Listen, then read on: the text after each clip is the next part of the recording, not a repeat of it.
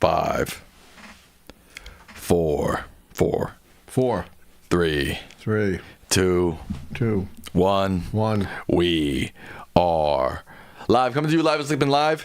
Say what's up to the people, Dad. Just when you thought there could not be anything yet more astonishing coming out of the Trump administration, right, you thought wrong. Really? Yes, Sam. Yeah. I have been studying American politics from the founding to the present. Right.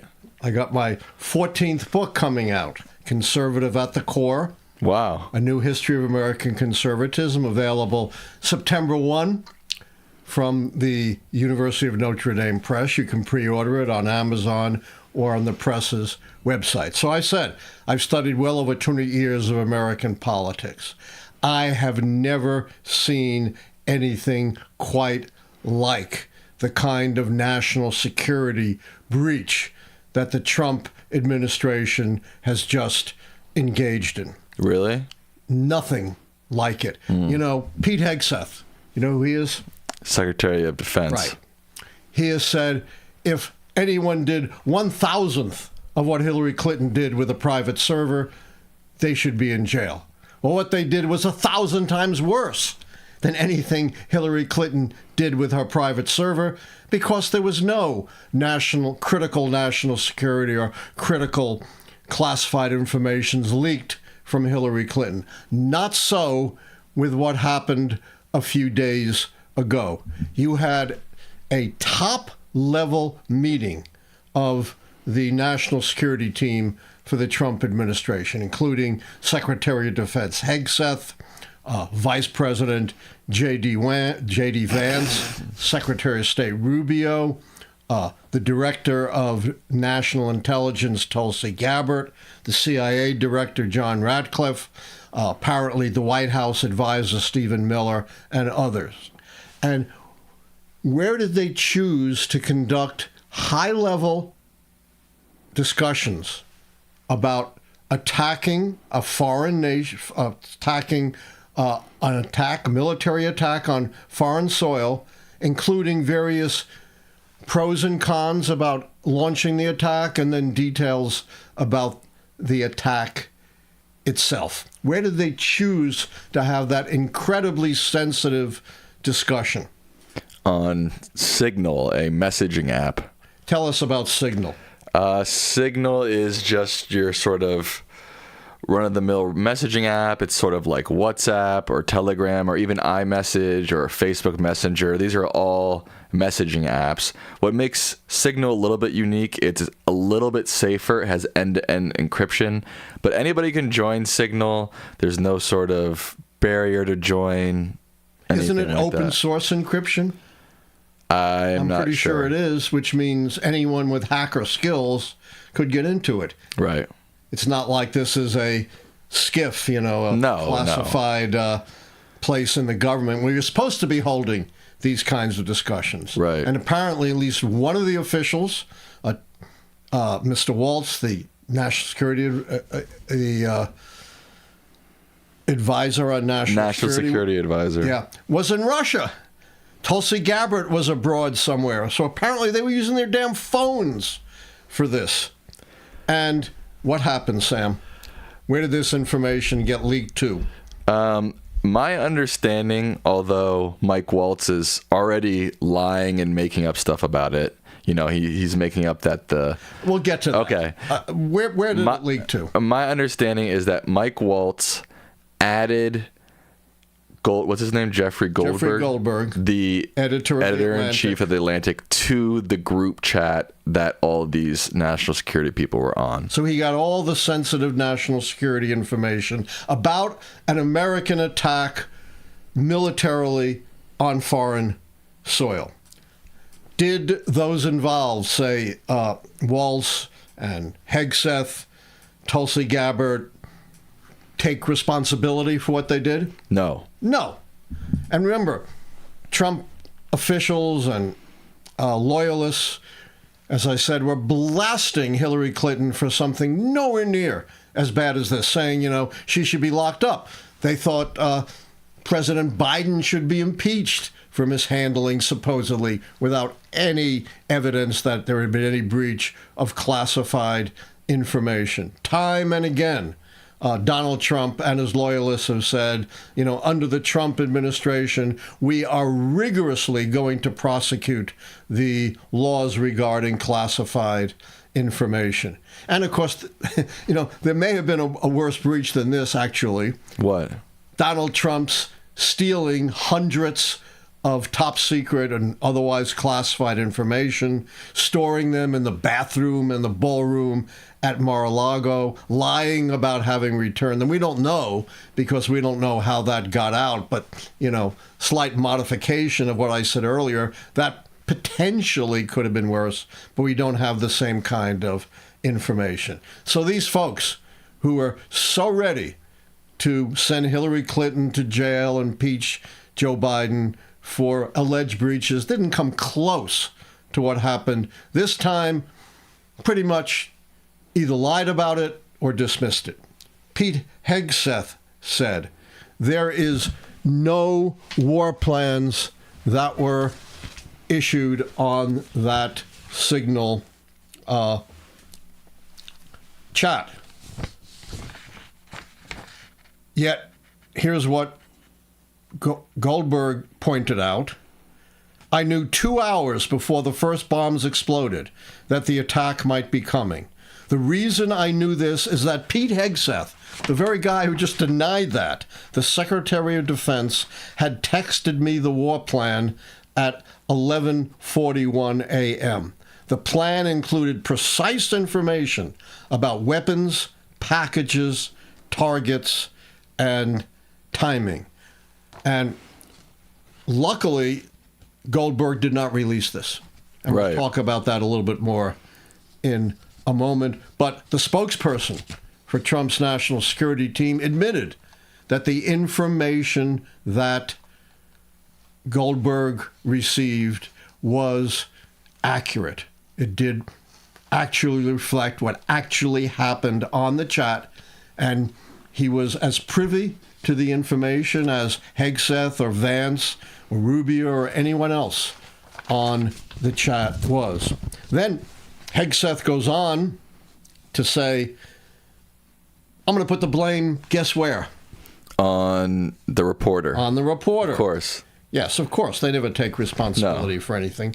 Quote, you're talking about a deceitful and highly discredited so-called journalist who's made a profession of peddling hoaxes time and again, implying this was all a big hoax perpetrated by Goldberg. Well, he was on Fox News. And guess who called him out?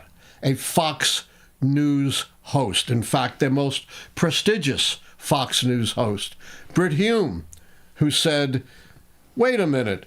Oh, for God's sake, the administration has already confirmed the authenticity of the message. In other words, Hegseth, route out, in my opinion, lying, in implying that the journalist is responsible. And then just today, literally an hour or two ago, Waltz gets on national television and says two astonishing things. One, that maybe he got the names mixed up. Maybe he thought he was sending it to another name, but it went to Goldberg.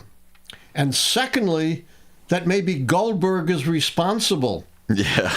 That he somehow had the technology to hack into this. That second one is a lot crazier than the first one. Much crazier. Let me just quickly dismiss the first allegation. If that's true, and obviously it's absurd, it shows the most utter incompetence when you are dealing with discussing a military operation on foreign soil. You need to be 100% sure that what you've sent out is secure. And the second thing is even more revealing. Sam, if some random reporter had the ability to hack in to discussions about a military attack on foreign soil at the highest levels of the Trump administration, some random reporter could do this, guy who admitted he doesn't have great technical skills. What are the chances the Russians, the Chinese, and the Iranians could have hacked in? Pretty high. Pretty high. Probably, if what he said is true, it's 100%. Then, of course, Tulsi Gabbard says, we didn't send out any classified information. The White House has said this now. Yes, the White House said this now. Yeah. That it wasn't First of all, classified. Let's unpack that. If information, including targeting, timing, weapons, packages, targets, is not classified, then this administration is guilty of even a more serious breach of our national security. If that's unclassified public information, that just is mind-boggling. It's just astounding. Of course it's classified. And you know what? It doesn't matter. Whether technically it's classified or not, that is incredibly sensitive national security information that should have been classified, or even if it wasn't classified, should never be released to the American people. And she was caught out in this contradiction. One of the senators said to her in the hearing, all right, if this is non-classified, publicly available information, you must then share it with the Senate. You can't have it both ways. You can't say it's all unclassified, didn't matter that it was released, but not share it with the body responsible for investigating. Of course, she had no response to that. Moreover, Goldberg revealed that among the other information that came out to him in this chat was the identity of an active CIA officer. That information is always classified. You know why you don't reveal the names of active CIA officers? Right, because it puts them in grave danger, of course. Of course, they become targets. Yeah. So obviously, this information was classified, or if not classified, was an incredible breach of national security.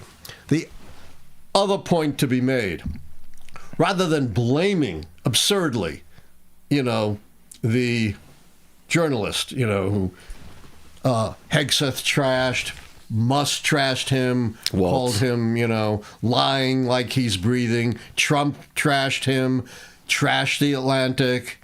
Always project your blame on someone else. Never take responsibility, even though, if you look at Mike Johnson's core Republican credos, or any other list of core Republican ideas, one of the key ideas is personal responsibility. They're always damning the Democrats. Yeah, right. Yeah. And they never take personal responsibility. It's always someone else's fault. And of course, it's impossible that it could be the fault of the Atlantic editor. And if it was, then the breach of security is even greater than we possibly could have imagined.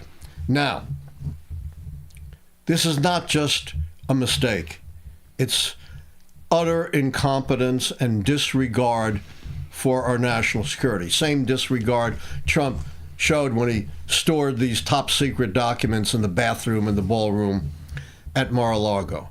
They never should have been on the Signal app in the first place, discussing, whether we should launch a military operation on foreign soil, and if so, what should be the timing, the target, and the weapons. Governments, U.S. government, both internally and through external experts, have been warned repeatedly not to use Signal for sensitive national security information because Signal is not secure. It can be hacked, particularly by players as sophisticated as the Russians and the Chinese. What did the Russians do in 2016 with hacking? They did a lot of it. A huge amount of hacking, and a cyber attack as well during the Trump administration on the U.S. So they were warned. They never should have been on such an insecure app discussing the most sensitive national security information. As I said, vastly worse than anything Hillary Clinton did, which Hegseth said she should have gone to jail, even if she did 1/1000th of what she did. It's just absolutely astonishing. But it goes even further than this, because it wasn't just the operational details of the attack or the release of the name of a CIA active officer, but what they said about Europe. Basically, J.D. Vance, who then denied it, was against the attack because he said the only benefits are the Europeans. And why should we benefit the freeloading Europeans?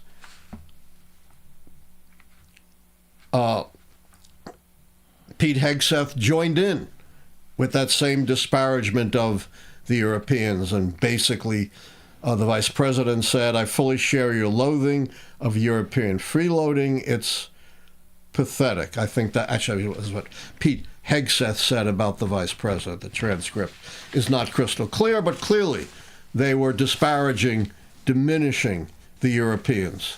You know, Trump has cozied up far more to one of our most dangerous adversaries, Putin, than he has to our reliable European allies. Yeah, but actually, I believe they were saying in that chat that Trump wanted to do the attack and they didn't want to do it because they, loathe the Europeans. They were actually sort of disagreeing with him there. Right, but Trump has plenty of times disparaged the Europeans. And this is the vice president of the United States. Right. Yeah. You know what obviously there's tons of hypocrisy. They never take blame for everything. No one's going to be held accountable.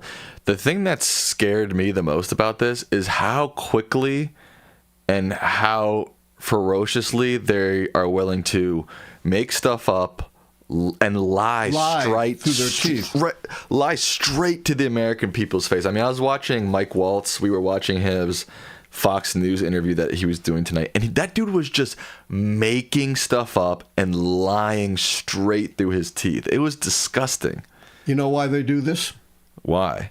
Because they get away with it. I know, but they've been lying forever. I know, that's not right. Of course it's not right. Right. It's a fundamental breach of their responsibility to the American people, but they don't care. As your brilliant mom, Karen Strickler, always said, they have no shame. Yeah. And they know people are not fact checkers. They're not going to run to these stories and verify, the truth. So they figure, why not? We've never been held accountable for anything. We are going to keep doing it. Yeah, it's just, I can't imagine your average American is listening to Trump and Pete Hegseth and, they get caught in this scandal. They immediately go to attacking the reporter. I mean, how do you not see through that? That's the oldest trick in the book. Yeah, and you know what? There was one honest Republican, I think it was Senator Kramer, who was on Erin Burnett on CNN, who said the right thing. They should be bending on their knees and thanking the reporter who, unlike them, was patriotic and did not release the sensitive information that could have cost American lives. The reporter, Goldberg, he actually left the chat voluntarily because he thought, God, this is really sensitive information. My phone's not protected. Some, hacker could be on my phone. And I don't know. It's just that's what's irking me the most about all this is how quickly and how strategically they are willing to immediately go into full-on lie, make shit up, and project down everyone else. And they don't seem to lose a night's sleep over it. No, they have no shame. And it's worked for them. Trump's been elected twice on lies. I know. His whole political career, when he first started, was built on the biggest, most protracted, worst lie until some later Trump lies to that point in U.S. history. Remember what that big lie was? Birtherism. Birtherism. That Barack Obama, America's first black president, was illegitimate because he was really born in Africa, not Hawaii. Despite the release of Obama's long a form birth certificate, something no other president has ever had to do. Birth reports in the Hawaiian newspapers, eyewitness accounts. Trump said, I've sent these investigators to Hawaii. And you wouldn't believe what they found. Yeah. And what did they find? Diddly. Nothing. He reported no information coming out of those investigators. So his whole career, and he held to that lie for 5 years until finally, very begrudgingly, he was forced to briefly retract it during the campaign. But then, of course, he blamed Hillary Clinton for starting the birtherism. So what should be, in a perfect world, what would be the best course of action? All these people lose their jobs? All these people should lose, every damn one of them. But it doesn't matter. It's like what I said about Gates, remember? Yeah, what did I say about Gates? They'll just replace them with someone just as bad, but more quiet. Exactly. So there's no answer, really, to this. And we warned about this, remember? We had a whole session, and Right. I talked extensively about Pete Hegseth.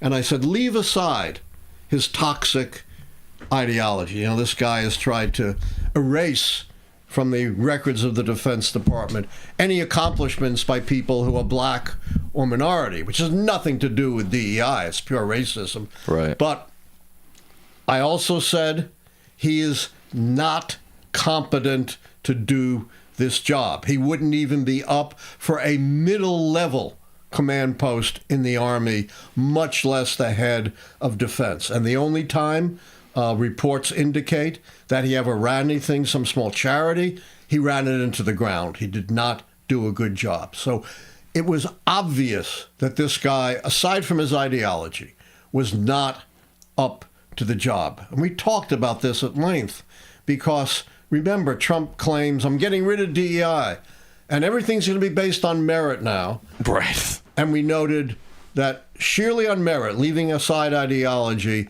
he has appointed the least meritorious cabinet in the history of the country. Not just Hegseth, but, RFK Jr., Tulsi Gabbard, Kash Patel. You can go up and down the list. What do you make of, I don't know, I kind of find this hard to believe. What do you make, there's a bunch of people saying that, Signal is this app used by all these government officials. It's very common now.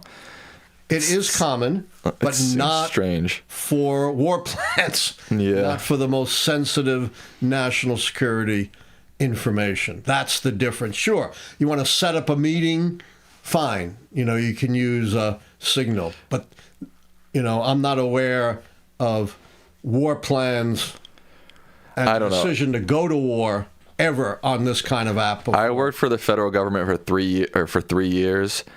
I was obviously in a totally different department than any of these folks. I've never even heard anybody mention using Signal.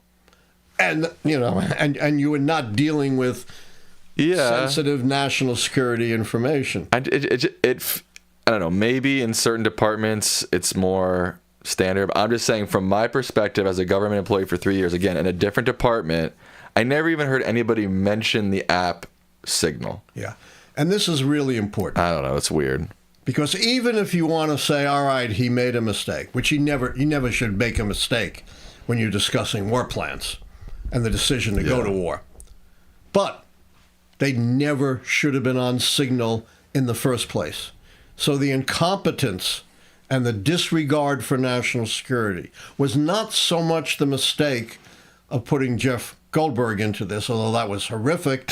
It was the incredibly ridiculous decision to hold the sensitive national security discussions on Signal in the first place, particularly from these same folks who had been blasting Hillary Clinton for going outside government circles and using communication through a non-government email service. Yeah, I don't get it. Again, I was not in the same, I was not in the same department as these folks, but and a department that deals with much less confidential, whatever you want to call it, classified information.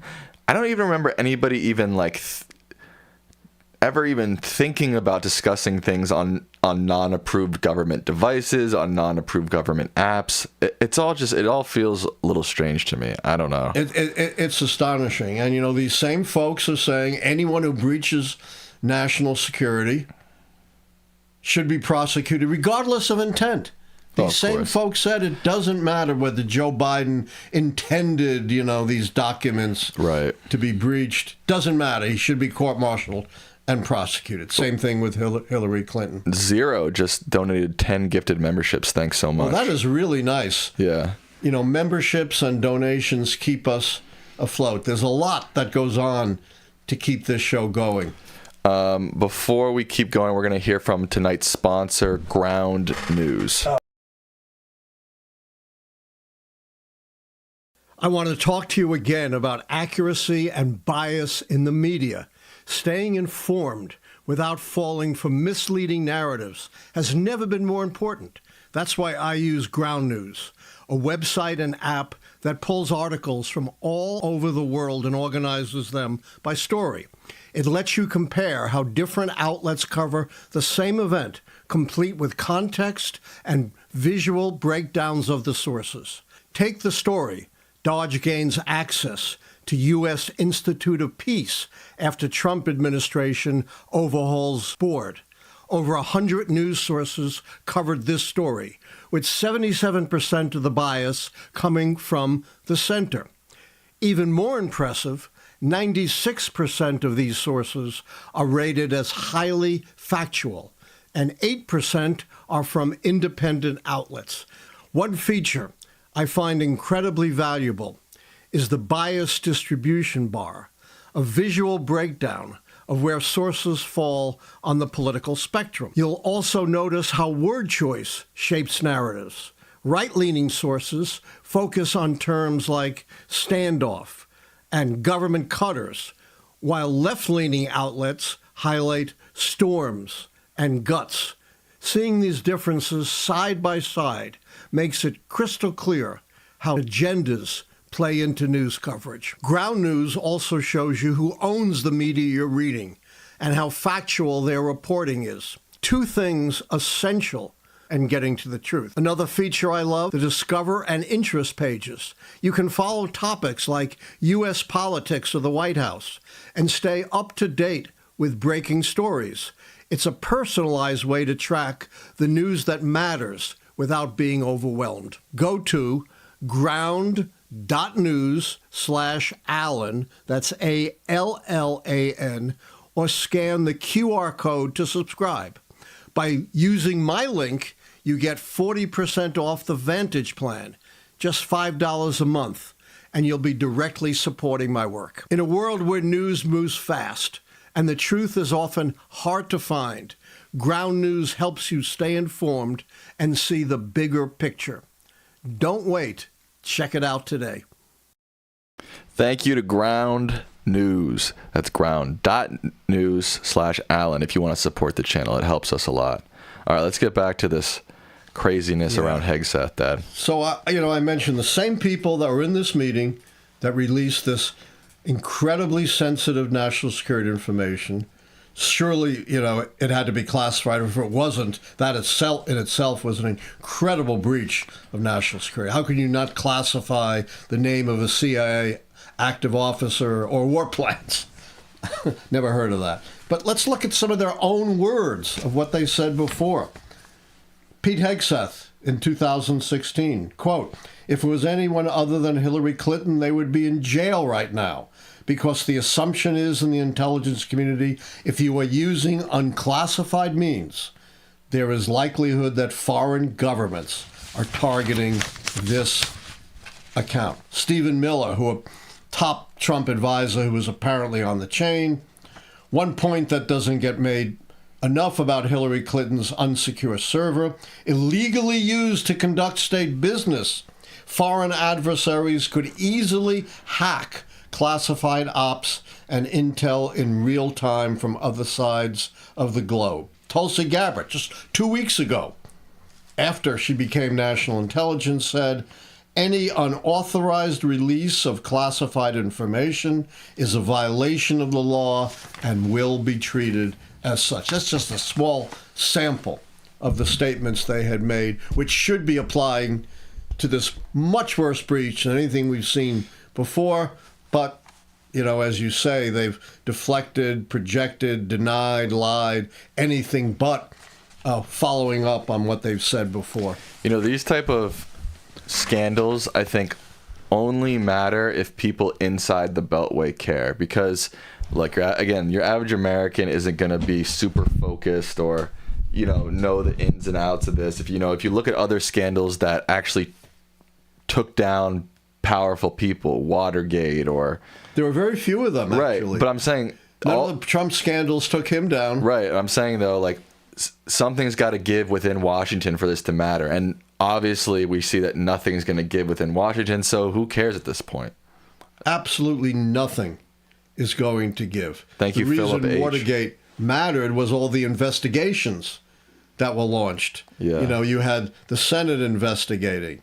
You had an impeachment inquiry going on. And it was a very different time when you had a lot of Republicans who were moderates and honorable and who were willing to say Richard Nixon must go. But there are almost no scandals in the history of the country that have actually brought down a president. They're very, very rare. I'm not even bringing down a president, just bringing down some of these people who made who are making it's rare. Crazy decisions. The Trump scandals did bring down a whole bunch of people around him, but he pardoned them all. Right. Yeah. Why are you so far away? I don't know. I'm sliding. You're sliding. There. That's okay. Better. We know we've had issues with sound, and we want to. But this isn't a matter of Republican versus Democrat, liberal versus conservative. Although they want to make it that way. This is a matter of protecting the national security of the United States and keeping our troops safe. And as Senator Kramer, one of the few Republicans willing to speak the truth, said, they should be on, thanking Jeffrey Goldberg for his patriotism and not releasing information that could have jeopardized the operation and cost American lives. Another irony of all this. What? While they're willing to sweep this under the rug, blame anyone but themselves, they want to impeach federal judges simply because they issued rulings with which they disagree. Not a breach of anything. And here we have maybe the greatest national security breach in history, and they don't want to take it in any way seriously. Yeah, that's sad. The contrast, hits you between the eyes with the force of a 2x4. What's your perspective, or what are your thoughts on just the policy behind bombing the Houthis in Yemen? Do you have any perspective on that? I do. I think it's pretty useless. Bombing campaigns are overwhelmingly exaggerated. I think we dropped as many or more bombs on Southeast Asia. I think it was many more bombs on Southeast Asia during the Vietnam era than we did throughout World War II, and it didn't do any good. Still lost that war. Didn't stop the North Vietnamese from pursuing the war. The strategic bombing surveys after World War II, also indicated that the impact was much less than what one might expect. Yeah. And the other thing is, you're not going to knock out their capacity. You're not going to kill enough Houthis. I think they said 53 died. And what you may just be doing is antagonizing them to intensify their attacks on the shipping lanes. I'm not saying that's going to happen, but it's not clear whether this kind of bombing operation won't backfire. Right. Yeah, I think, unfortunately, this is going to turn into a whole bunch of nothing in the end. I don't even think Americans know who Houthi people are or what's happening in Yemen. And yes. Yeah. There's a famous Friends episode. Yeah. When Chandler, for some reason, is going to Yemen. Oh, is there? Yeah, I forget why. And then he was supposed to stay somewhere, and it blew up in his face, and he's still got a ticket to Yemen, and he goes to the airport and he finds some old woman in a burqa and says, "Will you take me in when I go to Yemen?" I don't think I've seen that episode. Yeah. That's interesting. I feel like I've seen most, but I guess I haven't seen that episode. All right, let's get to some questions here. We have 1,400 people watching, but only 500 likes. Oh my gosh, we need to step that up. That's strange. Do you want to hold the microphone? Maybe so. Will that be easier? I feel keep like sliding, you're sliding around. And you're... How does that Paul Simon song go? Slip sliding away? Something like that. Yeah. I think I'm slip sliding away.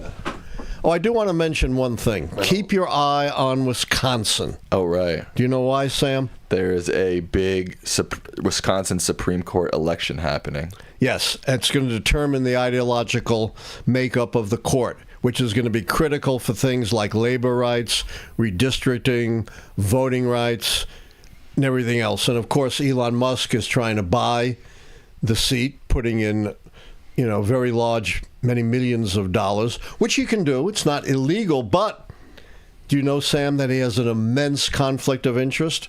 Yes. He's suing the state.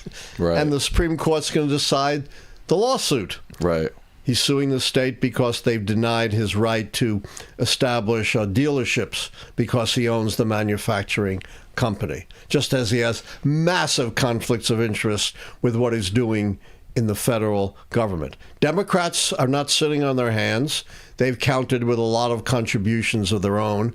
J.B. Pritzker, I don't know if he's a millionaire or a billionaire in Illinois, and the very rich George Soros. Jewish Holocaust survivor George Soros, who the great defenders against anti-Semitism are constantly attacking and pillaring for being responsible for all the worst things that are going on in America.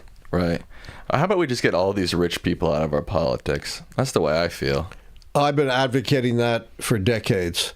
But as I said, it's the reverse of the golden rule. Those who have the gold rule. Mom says that on the Friends episode, Chandler was the one who went to Yemen. I did say Chandler. Oh, no, you said. Oh, did you? I thought you said Ross. No, I said Chandler. But if I didn't, I meant it. Okay, gotcha. I'm old. You can't hold me to every little thing. She said that he was trying to escape his girlfriend Janice. All right, I knew there was something going on. Your mom's far more of an expert on Friends than I am. That's true. But I got it basically right. Almost 1,600 people watching, but only 750 likes. Please like the stream. It helps a lot. Thank you to Philip H. and Zero for gifting memberships. But if you want to become a member today, please do so. You get in line to get your question asked to him. Also, donations get you in line to get your question answered. If you're not subscribed, please subscribe and turn on the notification bell so you know when we're live. Our first question of the night is from Harry Chittenden, a $20 donation. They say, nice. Do you see this leak as something which can turn the scandal key? P.S. Sorry I can't make the live streams anymore. I watch them afterwards, but it's on in the middle of the workday in Eastern Australia. Wow. We are delighted to have someone from down under interested in our show. And I think Sam put his finger on it. If it just kind of fades away and dissipates and nobody cares, then the answer is no. It would have to become a much, much bigger issue. But, as in the case of Watergate or the Trump scandals, there was focal point. The Senate and impeachment investigations, the House judiciary hearings for Nixon, and then, of course, the impeachment of Donald Trump. There's got to be some kind of focal point, and I think Sam is right. At this point, that seems unlikely. You think I'm right? You're often right. Really? Yeah, sure. Oh. This is from one of our members, Azuri. They say, how many scandals does it take to turn the scandal key? How is a scandal defined? Is it personal, administrative, or something else? It's defined that it's got to touch the president himself. I talked about this last time. It can't be the president's son or the president's brother. And it's got to involve serious corruption, like with Trump in his first term or Richard Nixon. So we have all these examples. It's got to match up at least fairly close to the examples of where I've turned the key before. Right. If a president enacts major policy change and the court strikes it down before the next election, does striking it down affect the key? Well, I don't like answering hypotheticals like that. We don't have concrete examples of that, and the devil is always in the details. So I'm going to have to defer on that. Deferred. We're deferring here, folks. Michael Yu says, what are the conditions for getting snap elections in the U.S.? Is that, I've never even heard. We don't have snap. Yeah. That's like something they're having in Canada, right? Or in parliamentary systems. Yeah. We do have special elections, though, to fill House seats or Senate seats, but we don't have snap elections for our leaders. This is from Kate A., who sent £2, I believe, or €2. Is that? Can you see? Either this? one is good. Is that a pound or a euro? I can't see it. Let me see. Don't worry about it. I'm looking it up now. Pound. She sent £2, and she said, "What can people in other countries do to help?" Not much. Yeah, it's tough because you can't legally make campaign contributions, but you can be a social media influencer from anywhere. And you can make contributions to organizations that are fighting for our freedoms and liberties, like Crew or the ACLU. Dr. Lichtman, what is your personal opinion of the results of the election for the Prime Minister in Canada between the Liberal Party and the Conservative Party, considering the threats to Canadian sovereignty? Will the Canadian election break global winning streaks of populism? Well, it's not populism. I've had a whole show on that. You can't be a populist when your policies and your decisions are all designed to make the rich richer, something Trump admitted. When he talked to his rich friends at Mar-a-Lago, he said, I'm going to make you rich people even richer. So it's not populism, but I do think the international reaction against Trump, including in Canada, is going to help bolster liberal forces and blunt what had been some pretty strong momentum on the part of the far right. Nan B says, Florida debates lifting child labor laws to allow children to work nights. Is this something the Supreme Court can and will stop? What's your opinion of the subject? Sounds like the Trump camp is moving more and more into the China workforce model. I completely agree with that. You know, they want to help their rich friends make labor as cheap as possible, and initiatives like this about child labor are one way of doing that. You know, until the Fair Labor Standards Act in the late 1930s, child labor was not illegal in the United States. And in fact, until the great waves of immigration of the late 19th and early 20th century, American industry, to a great extent, was fueled by black slaves, women, and children. People are liking the MAGA logo. They said that has some real sticking power. All right. And I wish I could say that was deliberate. Hey, just roll with it. You know? It doesn't matter, just like whether you intend or don't intend to release national security information, the effect is the same, right? Right. Almost 1,600 people watching, 874 likes. Let's get that. Like the stream. Right, Dad? Absolutely. You know, like, donate, become members. That's how you support us. This is from... We work hard. We work hard for... At least I do. I mean, you're young and sharp. You know, I'm old and decrepit. It's a big difference. You don't think I work hard? Yes, you do, but you can handle it better.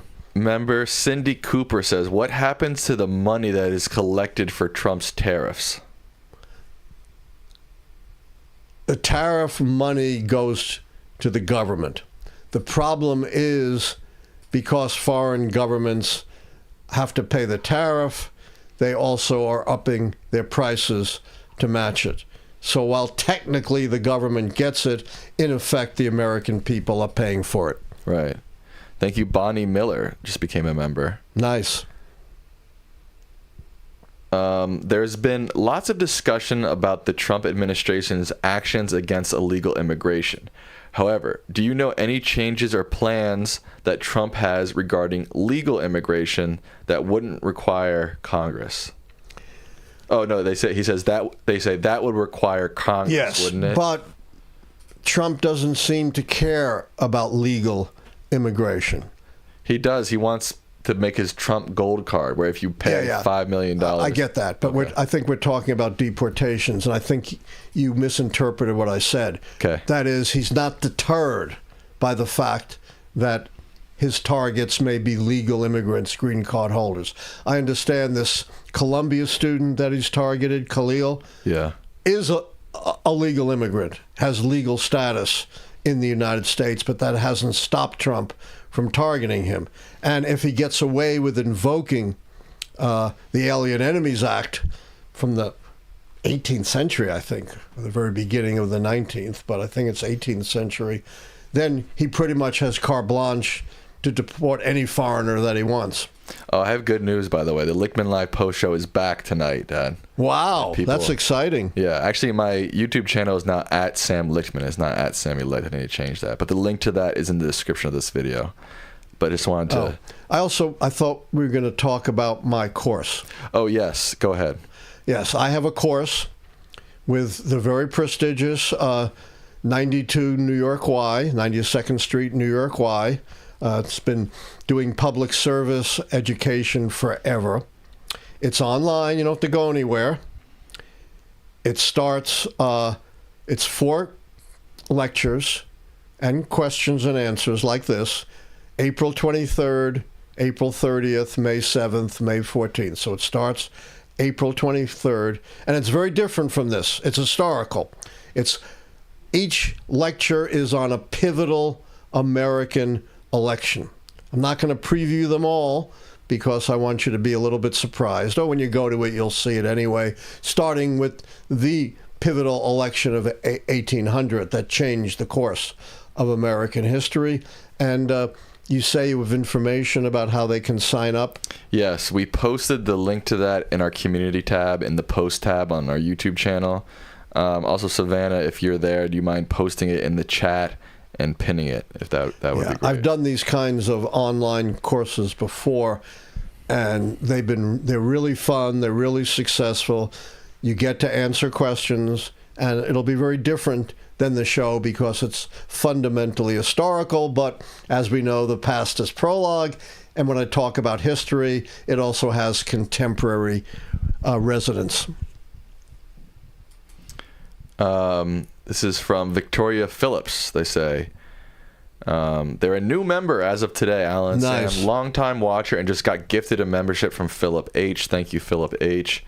How do we not become desensitized to all the scandals from Trump? It seems outlandish things get moved on from quickly. Couldn't agree more. It's called Gish Gallop, you know. You pile on so much. No, you made that up. I didn't make that up. You just pile on so much that people can't follow anymore. They just throw up their hands and they say, you know, hell with it. You know, we're not going to try to deal with this. Or the other objective of piling all this on is people become desensitized. They think that these scandals are normal. And this is what Trump sells. Oh, you know, we have this deep swamp. They're corrupt. You know, everything he disagrees with is corrupt. You know, Biden is corrupt. The Democrats in Congress is corrupt. The World Health Organization is corrupt. The CDC, you know, under Democrats is corrupt. Anthony Fauci is corrupt. So he's trying to desensitize you to the scandalous nature of his actions and his administration. And the third thing, it's real simple. He does this because he's been doing this for over 50 years and never, ever been held accountable. I think you just gave another cool little term. You just called it the deep swamp. The deep swamp. Oh, I like that. Yeah. That's much better than the deep state. Yeah, and it kind of combines his two. Yeah. Trump should use that, honestly. You know, I gave Trump a little meme. Oops. This is from Natalie Discord Admin. They say, What are your takeaways from the JFK files? More hints of who may have been truly responsible for JFK's assassination. We all have a feeling who it was. Laugh out loud. Yeah, I've given up Yeah. years ago trying to figure out who assassinated JFK. And for a while, I followed these releases of information. And there's some very interesting stuff in there, particularly as regards the activities of the CIA. But there's still, even after all of these releases, no definitive information to fundamentally contradict that Lee Harvey Oswald did it on his own. But, it's a cottage industry. It's sustained hundreds of, people writing and talking about it. And we've had every conceivable theory. It was the mafia. It was the military. It was the CIA. It was the Cubans. It was the Russians. And I think it was Roger Stone even wrote a book. I'm not sure it was him, but was one of Trump's close advisors, claiming, guess who assassinated JFK to become president? Nixon? Lyndon Johnson, his vice president. So any theory you want to promote, it's out there. And I haven't even listed them all. This is our first Discord question of the night. If you want to join the Discord, the link to that is in our link tree in the description of this video. This is from NanoRider. They say, it has just resurfaced that the grandfather of Elon Musk was the leader of the technocrats in Canada. It was an undemocratic movement in the USA and Canada. He was put into jail in 1941 by the government of Canada because he talked a little too nicely about Hitler. I'm not familiar with this case in detail, but I'm hardly surprised. After all, Elon Musk has supported extreme far-right political movements in Germany. They're not exactly Nazi, but they're certainly sympathetic to fascism and the Nazis. And Musk has said, Germany needs to get beyond its past, the Holocaust, let's get past all that. Maybe we can use this term deep swamp to describe Trump and his allies. We flip it on them. I think it is. I've talked about this before. We call them the deep swamp. Yes. Their use of the deep state is totally misleading. Right, of course. Yeah. They are the deep state. No, but much better the deep swamp. They're the deep swamp. Let's go with that from now on. Trump and his cronies are the deep swamp. The deep swamp. What are you looking for? I got it. My phone. Tom Valovich. Cherry Blossom just donated $50. Thank you so much. That helps. Tom Valovich, expert in communication and former technology advisor for Congress, said that Musk is a true technocrat. He says that Musk is making the USA a technocracy. Yes, I agree with that.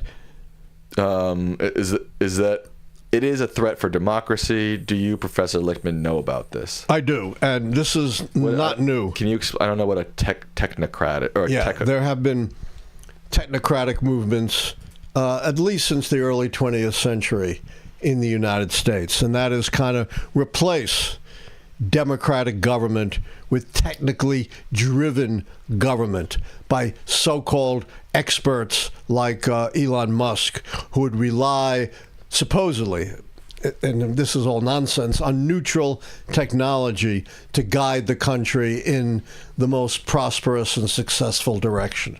It's just another smokescreen for authoritarianism.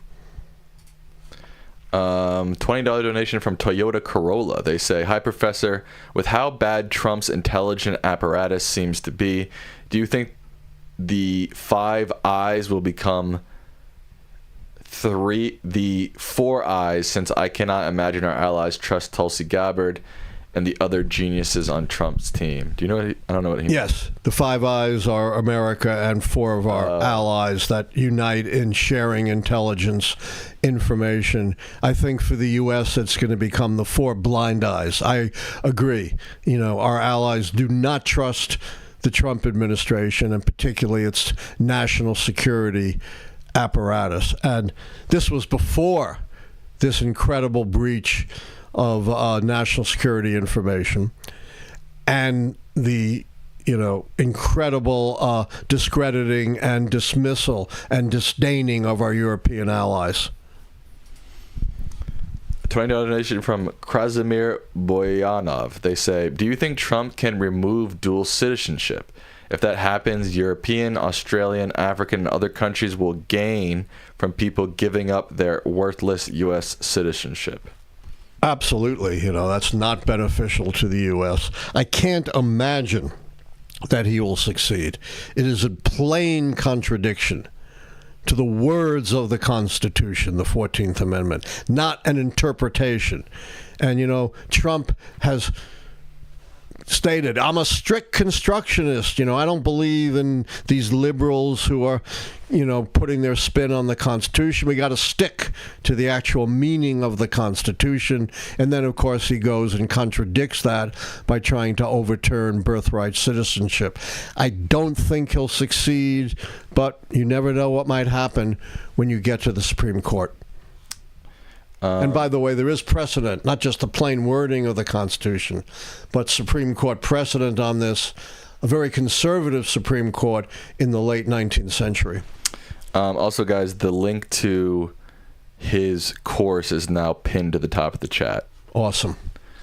You'll really enjoy it, and I don't think it's very expensive either. In Your Face New Yorker says, a lot of people on Facebook have been circulating a meme, unironically, which suggests that Trump staged the assassination attempt. It shows a fake blood capsule that can be worn behind his ear from a Halloween store. I wouldn't put anything past him, but I also think we have evidence to suggest that this happened. What do you think of the assertion that he staged it? I put nothing past Trump. I agree with that.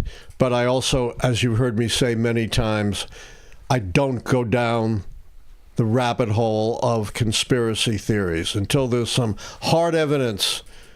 And if he really staged it, there probably would be, because we saw how incompetent they are in this recent national security debacle. So without hard evidence, I'm not going there. I agree. I wouldn't even waste your time reading about stuff like that. Comic Fan says, are we going to get another Bush era? Are we going to get another Bush area with the wars in the Middle East? I don't know what they mean by Bush area. I don't either. Another Bush area. I guess maybe a Bush era is what they mean, with Bush pursuing wars in Iraq and Afghanistan. I don't quite envision anything like that. I think the Trump administration, to the extent they are going to engage in war in the Middle East, is going to engage in more of the long-distance kind of war like we just saw with the Houthis in Yemen, through bombing operation rather than boots on the ground. Professor, this is from Andrew. Professor, I remember Sam saying you were a fan of classic Hollywood. What are some of your favorite classic Hollywood films? Oh, my favorite film of all time is the original Mutiny on the Bounty with Clark Gable, Charles Lawton, and Frances Tone. The remakes of that just don't even begin to compare. I also love James Cagney in Yankee Doodle Dandy, among many others. No, that's not a real movie. Yankee Doodle Dandy? Yeah. No, you're making that up. I'm making that up, I know. Thank you, Walter, for becoming a member. We'll do 2 more questions. This is from Biden 2028. The movie I really mean is the biography of Cohan, in which Cagney plays Cohan. This person is asking about your thoughts on the origin of COVID. I'm not sure if you want to answer that. Yeah. You know, I was a biology major 60 some odd years ago in college, but didn't go to medical school, so I'm not the right person to answer that question. As you know, I don't like to delve into things that I don't know. Here's a sports question. Do you I do know sports somewhat. Do you think the Ravens will make the Super Bowl this year? I do. You do? I do.